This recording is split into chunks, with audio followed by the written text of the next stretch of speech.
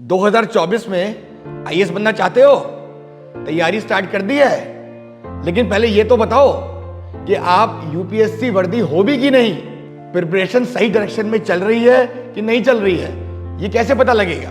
भाई सबका तो चाचा मामा पापा आईएएस आईपीएस तो होते नहीं है। तो all India smash scholarship test for 2024 attempt करो। आपको अप टू 100% स्कॉलरशिप मिल सकती है हमारे मेंटरशिप प्रोग्राम में। लेकिन उससे भी ज्यादा बड़ी बात, रजिस्टर करते ही आपको 10,000 का माल, 10,000 का स्टडी मटेरियल, लेक्चर और इसके साथ हमारे रैंकर के साथ एक 1-to-1 सेशन जहां आप अपनी प्रॉब्लम, अपनी स्ट्रेटजी डिस्कस कर सकते हैं, ये सब मिलेगा। तो दिए हुए लिंक पे रजिस्टर करिए तुरंत। Hi everyone, my name is Kamal Chaudhary. Welcome to Delhi Knowledge Track. I secured rank 1 in Haryana Civil Services. Today I'll be sharing my strategy for the Haryana Civil Services examination. अपनी strategy discuss करने से पहले मैं अपना एक brief intro दे देता हूँ। मैं मोहाली पंजाब से बिलोंग करता हूँ। I have done my schooling from Chandigarh. Thereafter I have done my graduation in civil engineering and I've been preparing since July 2019, and it was my first attempt at Haryana Civil Services. So I'll be dividing my strategy, or rather approach, into prelims and mains and interview, and at last I would like to discuss few do's and don'ts that you should keep in mind while preparing for this examination.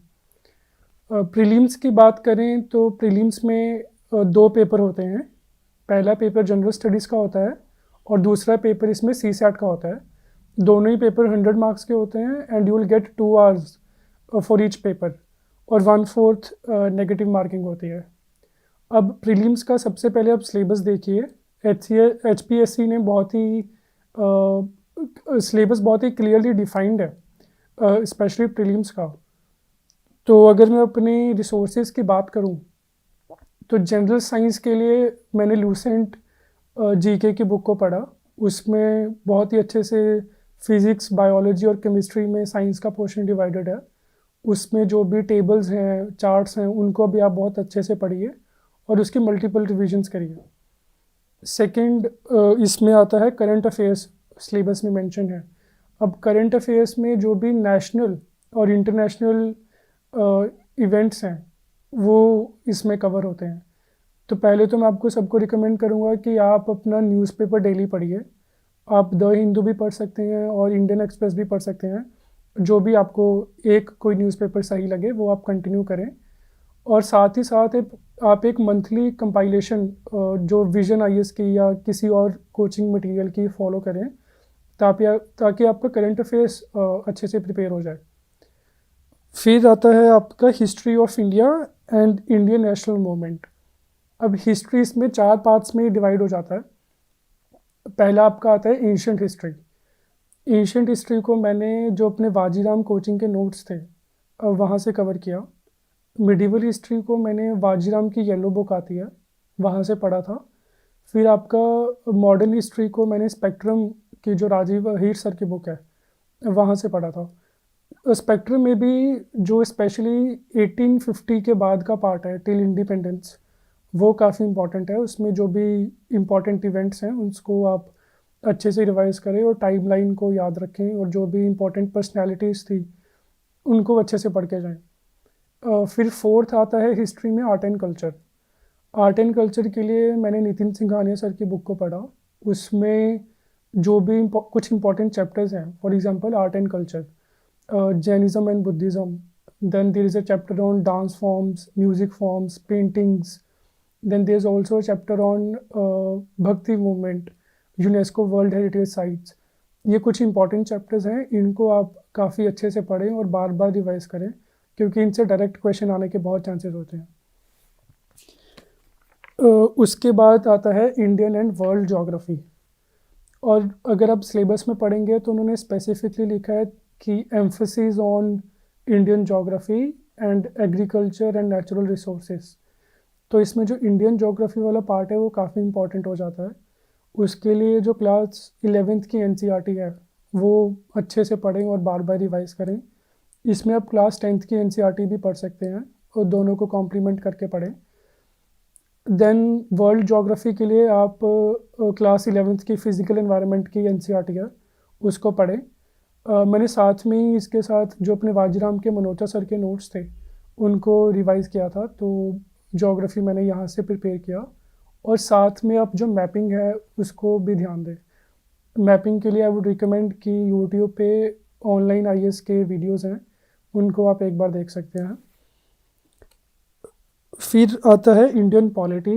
Indian polity के लिए आपको पता ही है कि लक्ष्मीकांत पढ़नी होती है, but Laxmikant में भी कुछ इंपॉर्टेंट चैप्टर्स हैं जो आपको बहुत ध्यान से पढ़ने हैं। For example fundamental rights, fundamental duties उसमें है, और प्रियम्बल है, डीपीएसपीज हैं, देन कॉन्स्टिट्यूशनल बॉडीज़। ये कुछ ऐसे चैप्टर्स हैं जो बहुत इंपॉर्टेंट और इनसे क्वेश्चन आते ही आते हैं। इनको आप बहुत अच्छे से और बहुत ही बढ़िया तरीके से प्रिपेयर करें। फिर आता है इंडियन इकोनॉमी। इंडियन इकोनॉमी के लिए मैंने एक तो एनसीईआरटीज़ पढ़ी थी जो क्लास 11th की एनसीईआरटी है इंडियन इकोनॉमी की। फिर एक क्लास 12th की एनसीईआरटी है मैक्रो इकोनॉमिक की, वो मैंने वहाँ से कवर किया। और साथ में मेरे वाजीराम के क्लास नोट्स थे इकोनॉमिक्स के। ये इकोनॉमिक्स मैंने इन दो जगहों से कवर किया। और साथ में आई वुड रिकमेंड कि आप उस ईयर का बजट, हरियाणा का भी और यूनियन बजट भी, दोनों पढ़ें और इकोनॉमिक सर्वे को भी एक बार गो थ्रू करके जाएं। उसके बाद आता है प्रीलिम्स में हरियाणा जीके। हरियाणा जीके से भी 5-6 क्वेश्चन आ जाते हैं हर साल। तो हरियाणा जीके के लिए मैंने आर गुप्ता सर की बुक पढ़ी थी। इसमें अरिहंत की भी एक बुक आती है, नो योर स्टेट। तो आप इन दोनों में से या कोई और बुक आपको कोई भी स्टेट के ऊपर मिले वो उठा लें और बस एक ही बुक को अच्छे से बार बार रिवाइज़ करें। दूसरा, जैसे मैंने बताया है कि हरियाणा का बजट भी आपको पढ़ के जाना है। उसमें जो भी की टर्म्स हैं, की फैक्ट्स हैं, for example fundamental fiscal deficit हो गया, और आपका प्राइमरी डेफिसिट हो गया, रिवेन्यू डेफिसिट कितना है, ये सब चीज़ें अच्छे से देख के जाएं। इनसे डायरेक्टली फैक्ट बेस्ड क्वेश्चन आ जाते हैं, या फिर कोई मेजर स्कीम उस बजट में अनाउंस हुई है वो आप अच्छे से देख के जाएं। फिर हम डिस्कस करते हैं कि type of questions that are being asked in the prelims. अब प्रीलिम्स में पिछले 2 साल से 4 मेजर टाइप्स ऑफ क्वेश्चन वो लोग पूछ रहे हैं। एक तो स्टेटमेंट बेस्ड क्वेश्चन आते हैं कि आपको 2 स्टेटमेंट्स दे दी जाएंगी, देन कुछ ऑप्शंस होंगे कि whether statement 1 is right, then statement 2 is false, और both statement 1 and 2 are right. फिर एक तरह के क्वेश्चन आते हैं कि मैच द फॉलोइंग, 2 कॉलम्स दे दिए जाएंगे, देन आपको उनको मैच करना है। फिर एक क्वेश्चन आते हैं कि आपको 4 स्टेटमेंट्स दे दी जाएंगी और उनमें से एक सही होगा। These are majorly fact based question. और फिर आता है कि मल्टीपल स्टेटमेंट्स हो गई, फॉर एग्जांपल 5-6 स्टेटमेंट्स आपको दे देंगे, देन उनमें से 1 and 2 कुड बी करेक्ट, 2 और 3 कुड बी करेक्ट, ऐसे करके ऑप्शन बन जाएंगे। तो इन ऑप्शन ये टाइप ऑफ क्वेश्चन से आप समझ सकते हैं कि जो प्रीलिम्स का पेपर अब आ रहा है हरियाणा सिविल सर्विसेज का, वो आपकी सिर्फ फैक्चुअल नॉलेज नहीं चेक कर रहा। It is the combination of both your factual understanding and the general understanding of the subject. तो अगर आप कोई भी सब्जेक्ट पढ़ रहे हैं तो प्लीज़ मेक श्योर कि आपको उस सब्जेक्ट की एक बेसिक अंडरस्टैंडिंग है, और उसमें जो भी फैक्ट्स हैं वो भी आपको एक बार अच्छे से पढ़ के जाना है, ब्रशअप करके जाना है। अब क्वेश्चन आता है कि हाउ टू अप्रोच प्रीलिम्स। ये क्योंकि प्रीलिम्स अगर देखा जाए तो एक एलिमिनेशन स्टेज है। 98-99% ऑफ द कंपटीशन जो होगा वो यहीं एलिमिनेट हो जाएगा, और सिर्फ कुछ ही बच्चों को मेंस लिखने का मौका मिलता है। अब प्रीलिम्स को अप्रोच कैसे करें, तो मैंने जो स्ट्रैटेजी या जो अप्रोच बनाई थी वो ये थी कि पहले अपने जो बेसिक रिसोर्सेज हैं जो भी मैंने मेंशन किए वो मेरे को अच्छे से कवर करना था, वो मैंने अपने अच्छे से कवर किए। फिर दूसरा था कि जो प्रीवियस ईयर क्वेश्चंस हैं उनको काफ़ी अच्छे से एनालाइज करना, उनके साथ आप अच्छा खासा टाइम स्पेंड करें प्रीवियस ईयर क्वेश्चंस के साथ, और देखिए कि एक सब्जेक्ट से किस डेप्थ में क्वेश्चन पूछे जा रहे हैं। फॉर एग्जांपल अगर आप पॉलिटी का फंडामेंटल राइट्स आपने चैप्टर किया, तो please go back to the previous year question और देखिए कि फंडामेंटल राइट से किस तरह से क्वेश्चन पूछे गए हैं, कि आपने जो पढ़ा है कि आप उस क्वेश्चन को आंसर कर पा रहे हैं या नहीं। अगर नहीं कर पा रहे हैं तो फिर एक बार फिर अपना जो भी बेसिक रिसोर्स है उसको रिवाइज करें। फिर थर्ड, आई वुड रिकमेंड कि take a test series from any reputed institutes. वहाँ से अब टेस्ट सीरीज लेने का क्यों मैं आपको बोल रहा हूँ, इसके मल्टीपल बेनिफिट्स हैं। पहला तो होगा कि आपका जो टाइमिंग होगा वो सही हो जाएगा। फॉर एग्जांपल 2 घंटे में पेपर कंप्लीट करने का आपको आइडिया लग जाएगा कि whether you are able to complete the paper or not. तो 2 घंटे का प्रॉपर टाइमिंग लगा के उस मॉक टेस्ट को अटैम्प्ट करें। फिर दूसरा, आपको इस बात का आइडिया होगा कि अगर आप कोई सिली मिस्टेक उस टेस्ट में अटैम्प्ट कर रहे हैं। For example I use to read the not correct as correct. कई बार उन्होंने नॉट करेक्ट पूछा होता है बट हम जल्दी जल्दी में उसको करेक्ट ही पढ़ देते हैं। तो ऐसे ही आपको मिस्टेक्स का ध्यान रखना है। तीसरा होता है आपका इंफॉर्मेशन जो गैप होता है वो फिल हो जाता है, जो भी नॉलेज गैप आपका रहता है। तो आपको वो जो एक्स्ट्रा इन्फॉर्मेशन है जो आपके बेसिक रिसोर्सेज से बाहर है वो आपको उस टेस्ट सीरीज से एक्सट्रैक्ट करनी है। और तीसरा होगा कि number of questions to be attempted. ये काफ़ी डिबेट रहती है कि प्रीलिम्स में कितने क्वेश्चन अटेम्प्ट किया जाए। तो I use to attempt 90+ question prelims में, ताकि एक सेफर साइड में रहूं। और मेरी एक्यूरेसी बहुत ज़्यादा नहीं थी, तो मैं हमेशा ज़्यादा क्वेश्चन अटेम्प्ट करने का ट्राई करता था ताकि ओवरऑल स्कोर पॉजिटिव रहे। बिकॉज अगर आप देखेंगे cost benefit ratio, for example आपको 4 क्वेश्चंस में 50% डाउट है but still you attempt those 4 questions और उसमें से आपके 2 सही हो जाते हैं, तो अल्टीमेट स्कोर आपका 1.5 के आसपास पॉजिटिव रहेगा। तो आई वुड रिकमेंड कि ज़्यादा से ज़्यादा क्वेश्चन आप अटेम्प्ट करें, और वो आपको कितने क्वेश्चन अटेम्प्ट करने हैं वो आपको टेस्ट सीरीज से आइडिया लग जाएगा। एक और बेनिफिट जो टेस्ट सीरीज़ का होता है वो है एलिमिनेशन टेक्निक। अब एलिमिनेशन टेक्निक का क्या यूज़ है कि एक तो हमने पेपर अटेम्प्ट कर लिया बट कुछ क्वेश्चंस ऐसे होते हैं कि जो हमें आते भी होते हैं और नहीं भी आते होते, तो उनको किस तरीके से अटेम्प्ट करना है, कैसे स्टेटमेंट को हम एलिमिनेट कर सकते हैं, जैसे कुछ एक्सट्रीम स्टेटमेंट्स होती है। तो ये सब आपको टेस्ट सीरीज से जब आप ज़्यादा से ज़्यादा टेस्ट लगाएंगे वहाँ से एलिमिनेशन टेक्निक आप अपनी थोड़ी बेटर कर सकते हैं। फिर एक क्वेश्चन आता है कि कितने मॉक टेस्ट लगाए जाएं। आई वुड रिकमेंड कि आप कम से कम एक सेक्शनल टेस्ट लगाएं हर सब्जेक्ट का, फिर कम से कम 5 से 6 full length test I would recommend कि आप ये ज़रूर लगाएं। अब ये सब जो मैंने बताया कि बेसिक रिसोर्सेज को पढ़ना है, मॉक टेस्ट लगाने हैं या रिवीजन करने हैं, ये सब सिर्फ 50% ऑफ द प्रिपरेशन है। 50% जो बाकी रह गया वो होगा आपका mindset on the day of the exam. बहुत नेचुरल होता है कि हम लोग नर्वस हो जाते हैं पेपर के पहले, बिकॉज काफ़ी बड़ा पेपर होता है, क्योंकि बहुत अच्छी जॉब प्रोफाइल है, तो नर्वस होना भी काफ़ी नेचुरल होता है। बट आई वुड रिकमेंड कि इसको बहुत ही ज़्यादा सीरियसली ना लें। पेपर से एक दिन पहले कुछ ज़्यादा पढ़ने की ज़रूरत नहीं है। थोड़ा बहुत अपने फैक्ट्स को ब्रशअप करें, रात को पेपर से एक दिन पहले अच्छी नींद लें, सुबह उठें, हैव अ गुड ब्रेकफास्ट। फिर पेपर से पहले आप अपना मेडिटेशन कर सकते हैं, योगा कर सकते हैं, गाने सुन सकते हैं, जो भी आपको काम करे आपके माइंड को, ये सब चीज़ें आप कर सकते हैं पेपर से पहले। और one more thing I would recommend कि पेपर में जाने से पहले जैसे आप एग्ज़ाम हॉल में एंटर करते हैं तो पॉजिटिव अफर्मेशंस को आप बार बार रिपीट करें। For example I use to think कि अगर पूरे से एग्ज़ाम हॉल में से किसी एक भी बच्चे का प्रीलिम्स क्लियर होगा then I will be that guy. Because have faith in your preparation. आपने बहुत मेहनत की है स्टेज तक पहुंचने के लिए, तो जब आप खुद को बार बार पॉजिटिव अफर्मेशंस देते हैं then you will have a good confidence while attempting the paper. No, अगला क्वेश्चन आता है कि how to attempt the prelims का paper. You have entered the exam hall, अब प्रीलिम्स का पेपर आपके सामने आ गया, अब इसको कैसे अटेम्प्ट किया जाए। तो मेरी जो अप्रोच रहती थी वो मैं आपसे शेयर करता हूँ। मैं अपना प्रीलिम्स का पेपर 3 स्टेजेस में डिवाइड करके अटैम्प्ट करता था।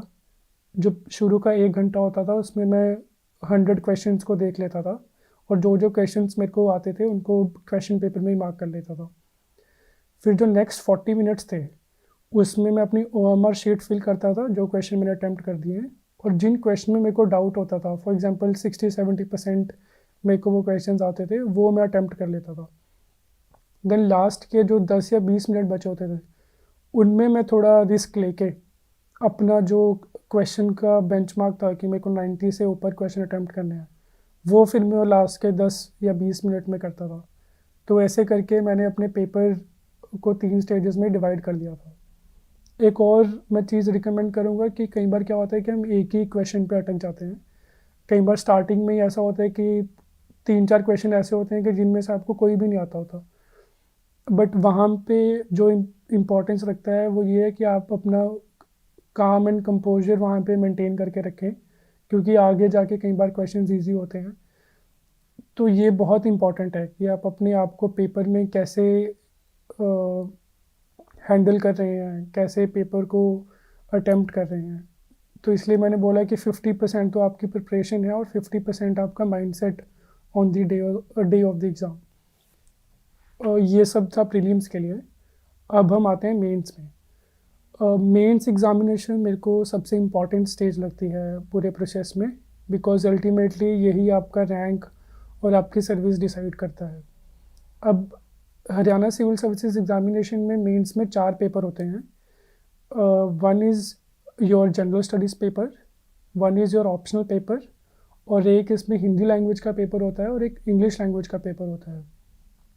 जो आपके जनरल स्टडीज़ और ऑप्शनल का पेपर है वो 200 मार्क्स का होता है, और हिंदी और इंग्लिश का आपका पेपर 100 मार्क्स ईच होता है। तो इट्स 600 मार्क्स इन टोटल।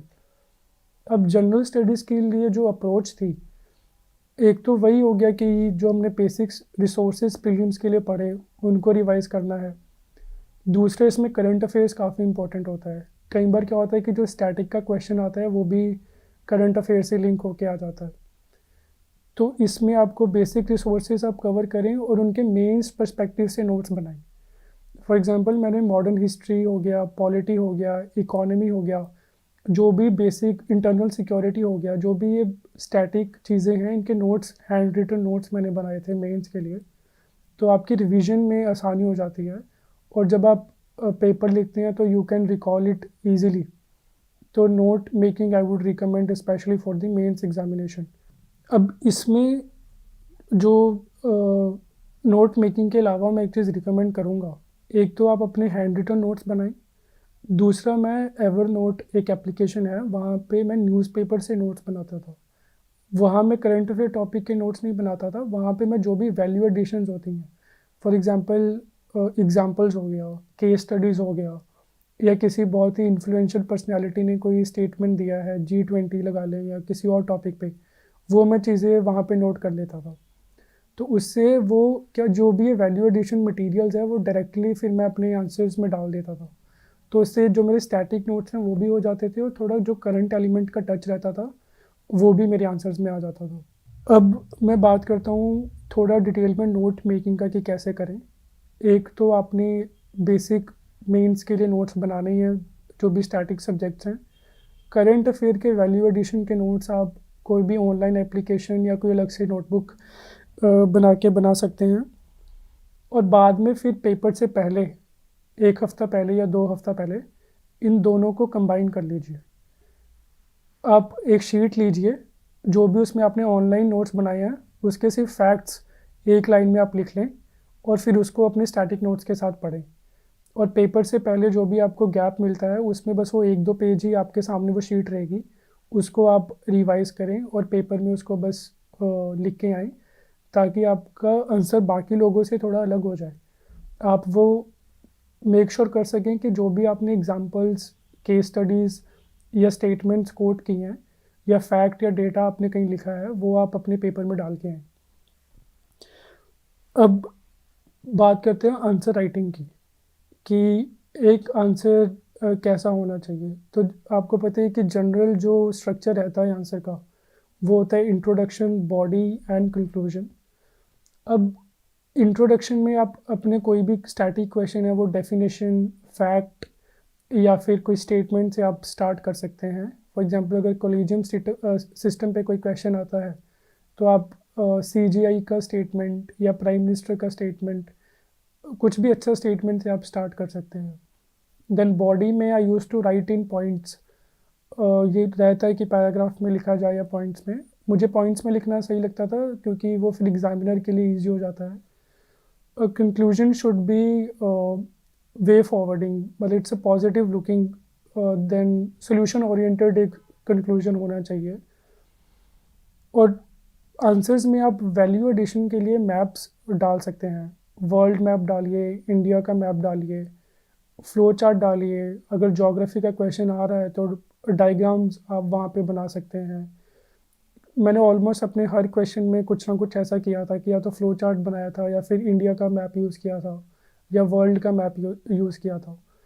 तो इससे क्या होता है कि एक आंसर की मोनोटनी ब्रेक हो जाती है, एग्जामिनर को कुछ अलग सा देखने को मिल जाता है। Then you might get half or 1 extra mark in that question. अब क्वेश्चन आता है कि आंसर राइटिंग की प्रैक्टिस कैसे की जाए। आंसर राइटिंग के लिए एक तो मैं हर रोज़ 2 या 3 क्वेश्चन जो प्रीवियस ईयर क्वेश्चन हैं UPSC के, वो मैं प्रैक्टिस करता था। और मैंने एक टेस्ट सीरीज़ भी लगाई थी। तो आप जब फुल लेंथ टेस्ट आप अटेम्प्ट करते हैं 3 घंटा बैठ के, तो फिर आपको वो समझ आ जाएगा कि whether you are able to complete the paper or not. Because mains का पेपर कंप्लीट करना ही अपने आप में एक चैलेंज होता है। और फिर ऊपर से वो स्ट्रक्चर मेंटेन करके रखना, देन वैल्यू एडिशन वाली चीज़ें डालना, ये सब की प्रैक्टिस आपको एक टेस्ट सीरीज से ही हो पाएगी। तो कम से कम आप 4 से 5 फुल लेंथ टेस्ट ज़रूर लिखें। फिर एक मैं डिस्कस करना चाहता हूँ कि how to attempt the mains paper. तो हरियाणा मेंस का जो एग्ज़ामिनेशन था उसमें एक तो 6 मार्कर के क्वेश्चन थे जिसमें आपको अराउंड 150 वर्ड्स लिखने थे। फिर एक 14 मार्कर्स क्वेश्चन थे जिसमें आपको अराउंड 300 वर्ड्स लिखने थे। तो I use to attempt 14 markers first, फिर मैं वो ख़त्म करके 6 मार्कर्स पे अपना वापस आता था। तो for 14 markers I use to give around 10 minutes, 10 to 10.5 minutes. और for 6 marker I has decided that I will give around 7 minutes. तो इससे क्या होता है कि आप हर क्वेश्चन को एक इक्वल इंपॉर्टेंस देते हैं। कई बार क्या होता है कि हमें कोई क्वेश्चन आता है तो हम उसमें अपनी नॉलेज दिखाने के चक्कर में काफ़ी लिख देते हैं, तो बाकी क्वेश्चन के साथ थोड़ा कॉम्प्रोमाइज़ हो जाता है। एक यूनिफॉर्मिटी मेंटेन करके रखें अपने आंसर्स में, हर क्वेश्चन को इक्वल टाइम दें और जितना आपको आता है जब आपका टाइम ख़त्म हो जाए देन प्लीज़ उसको फटाफट कंक्लूड करके अपने नेक्स्ट क्वेश्चन पे मूव ऑन कर दीजिए ताकि आपका पेपर एटलीस्ट कंप्लीट हो जाए। अब बात करते हैं ऑप्शनल की। पहले तो आई वुड रिकमेंड कि आप अपना ऑप्शनल चूज़ करने से पहले अच्छा खासा टाइम स्पेंड करें, प्रॉपरली एनालाइज करें कि आप कौन सा ऑप्शनल चूज़ करना चाहते हैं। बिकॉज कई बार ऑप्शनल आपको लंबा पढ़ना पड़ जाएगा और उस सब्जेक्ट में अगर आपको इंटरेस्ट ना हो फिर वो कहीं ना कहीं मुश्किल आपके लिए क्रिएट कर देगा। तो ऑप्शनल चूज़ करने के लिए पहले देखिए कि अगर आपके ग्रेजुएशन का सब्जेक्ट ऑप्शनल की लिस्ट में है तो आप उसे भी चूज़ कर सकते हैं। बट अगर आपको उतना कॉन्फिडेंस नहीं है अपने ग्रेजुएशन के सब्जेक्ट पे तो आप एक बार बाकी जो ऑप्शनल्स हैं उनका सिलेबस भी एक बार देख सकते हैं कि वो आपको कितना समझ में आ रहा है। फिर आप थर्ड फैक्टर देखिए कि आपका इंटरेस्ट जो ऑप्शनल चूज़ कर रहे हैं उसमें कितना आपका इंटरेस्ट रहेगा। Then third factor would be कि जो उस ऑप्शनल के लिए एडिक्वेट रिसोर्सेज, नोट्स या गाइडेंस अवेलेबल है कि अगर आपको उस ऑप्शन को अच्छे से पढ़ना है तो उसके लिए प्रॉपर गाइडेंस और रिसोर्सेज को ज़रूर देखिए। अब ऑप्शनल की आंसर राइटिंग जो होती है वो मेंस के आंसर जनरल स्टडी की आंसर राइटिंग से काफ़ी अलग है। बिकॉज अगर आप देखेंगे तो ऑप्शनल का जो सिलेबस है वो थोड़ा मास्टर्स लेवल का रहता है। देन एग्जामिनर वुड एक्सपेक्ट कि जो आप आंसर लिख रहे हैं उसमें वो थोड़ी मेचोरिटी दिखे, वो थोड़ी अंडरस्टैंडिंग ऑफ द सब्जेक्ट उसमें रिफ्लेक्ट होनी चाहिए। फॉर एग्ज़ाम्पल मेरा ऑप्शनल एंथ्रोपोलॉजी था, तो आई वुड मेक श्योर कि वाइल राइटिंग आंसर मेरा जो आंसर था वो जीएस के आंसर जैसा ना लगे। उसमें आप थिंकर्स कोट कर सकते हैं, केस स्टडीज़ कोट कर सकते हैं, बुक्स के नाम आप कोट कर सकते हैं, ताकि आप एक अपनी अंडरस्टैंडिंग उस ऑप्शनल की तरफ दिखा सकें। तो मैं अगर अपने ऑप्शनल की बात करूं एंथ्रोपोलॉजी के लिए, तो मेरे आंसर्स एक तो यही कि थिंकर्स को कोट करना, बुक्स को कोट करना, बट एक मैंने जो थोड़ा अलग किया था शायद कि अपना जो कंक्लूजन था उसमें मैं एंड करता था हेडिंग देके कि कंटेम्प्रेरी रेलिवेंस या फिर anthropological relevance of the given question.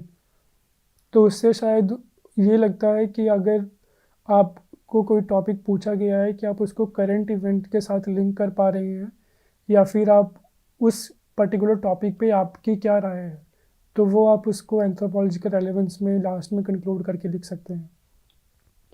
और दूसरा वही कि आप अपने ऑप्शनल में भी अगर स्कोप है तो डायग्राम्स और मैप्स को यूज़ करें, ताकि वो अगेन आपके आंसर की मोनोटनी ब्रेक हो जाए। फिर हम बात करते हैं लैंग्वेज की। लैंग्वेज में हिंदी की अगर बात करें तो हिंदी के लिए मैंने राघव प्रकाश सर की एक बुक है, वहाँ से मैंने ग्रामर को कवर किया। और क्योंकि मेरा ग्रेजुएशन में इंजीनियरिंग था और 11th-12th में भी मैंने हिंदी नहीं पढ़ा था, तो 6 साल से मेरा हिंदी से थोड़ा टच छूट गया था। तो फिर मैंने हिंदी का न्यूज़पेपर भी पढ़ना शुरू कर दिया था अपने प्रीलिम्स के बाद। उसमें जो भी एडिटोरियल वाला सेक्शन आता है वो उसने मेरे को काफ़ी हेल्प किया, स्पेशली जो हिंदी का ऐसे लिखने में। तो फॉर एग्ज़ाम्पल इस बार हिंदी के पेपर में जलवायु परिवर्तन पे ऐसे आया था, तो मैंने अपना ऐसे गुलजार साहब की एक पोइम है वहाँ से शुरू कर दिया था। तो आई गेस वो शायद एग्ज़ामिनर को थोड़ा अच्छा लगा होगा। तो आप भी अगर ऐसा कर सकें तो अपने हिंदी के एसेस को में थोड़ी ऐसी फ्लो मेंटेन करें और थोड़ी इनोवेट करने की कोशिश करें। फिर बात करते हैं इंग्लिश की। इंग्लिश के लिए भी मैंने अपने एसेस पे काम किया था। अपना जो ऐसे का मैं स्टार्टिंग था वो एनेक्डोट से मैंने शुरू किया था। फॉर एग्जांपल हमें ऐसे का जो टॉपिक था, women who seeks to be equal with man lacks ambition, तो ये अपने आप में काफ़ी एक कॉम्प्लिकेट टॉपिक था। तो मैंने इसका जो स्टार्ट किया वो मैंने अपनी जो current president honourable Draupadi Murmu, उनके मैंने स्टोरी से स्टार्ट कर दिया था। तो वहाँ से आपको एक जो रियल टच या फिर एक आपको रियल लाइफ स्टोरी से आप शुरू कर दें तो फिर आपके एग्जाम्पल को आपके ऐसे को थोड़ा अच्छा बना देता है ये सब चीज़ें। तो please innovate something in the essays and maintain a general flow in the essay, तो you will able to get good marks. अब हम बात करते हैं इंटरव्यू की। HPSC जो इंटरव्यू कंडक्ट कराता है वो थोड़ा डिफरेंट होता है जो हम UPSC के इंटरव्यू के बारे में सुनते हैं। HPSC का इंटरव्यू में जो था 4 मेंबर्स होते हैं और उनके जो बोर्ड को चेयर करता है वो HPSC के ही मेंबर होते हैं और बाकी 3 members are probably outsiders, and उनके पास आपकी कोई भी डिटेल नहीं होती है and you are requested to not mention your personal details in the interview. तो काफ़ी अनोनिमिटी मेंटेन करी जाती है इंटरव्यू में। आपको अपनी कोई भी पर्सनल डिटेल नहीं रिवील करनी होती है और ना ही इंटरव्यू के पास आपकी कोई डिटेल होती है। तो इससे क्या होता है कि वो बहुत ही ऑब्जेक्टिव वे में आपको जज कर पाते हैं। इंटरव्यू की ड्यूरेशन अराउंड 20 to 25 मिनट्स रहती है और मेरा खुद का एक्सपीरियंस था कि मुझसे बहुत ही वेरियस फील्ड से क्वेश्चन पूछे गए थे। मेरे सिविल इंजीनियरिंग बैकग्राउंड से क्वेश्चन थे, बजट से क्वेश्चन थे और हरियाणा के जीके से भी क्वेश्चन थे। Overall it was a very cordial experience और मेंबर्स वर देयर टू जज योर पर्सनालिटी, बिकॉज अल्टीमेटली ये कोई वाइवा वॉस नहीं है, ये एक पर्सनालिटी टेस्ट है where the board members will जज that whether you are suitable for the civil services और not. So I would recommend कि इंटरव्यू में एक बहुत ही ऑनेस्ट अप्रोच लेके चलें, अपनी ऑनेस्टी को वहाँ पे रिफ्लेक्ट करें। कि अगर आपको कोई क्वेश्चन आता है तो प्लीज़ आंसर, अगर नहीं आता है तो आप सिंपली वहाँ पे कह सकते हैं कि सर आई डोंट नो और आई रीड अबाउट इट, और वो फिर नेक्स्ट क्वेश्चन पे मूव ऑन कर जाते हैं. तो maintain a very practical and sorted approach through all 3 stages, and you will able to clear it. Now we will discuss few do's and don'ts at the end. Now first I'll discuss few don'ts that you should not do while preparing for this examination. पहला तो मैं यही करूँगा कि do not skip the newspaper. हमें लगता है कि जो भी कंपाइलेशंस आती हैं मंथली या ईयरली, वहाँ से हमारा करंट अफेयर कवर हो जाएगा. बट अगर आप समझे तो न्यूज़पेपर का ऑब्जेक्टिव सिर्फ करंट अफेयर कवर करना नहीं है. न्यूज़पेपर का ऑब्जेक्टिव है कि आपको डेली बेसिस पे अपडेट रहना है कि हमारी सराउंडिंग्स में क्या हो रहा है. और दूसरा होता है कि आर्ट ऑफ एक्सप्रेशन को आपको सीखना है.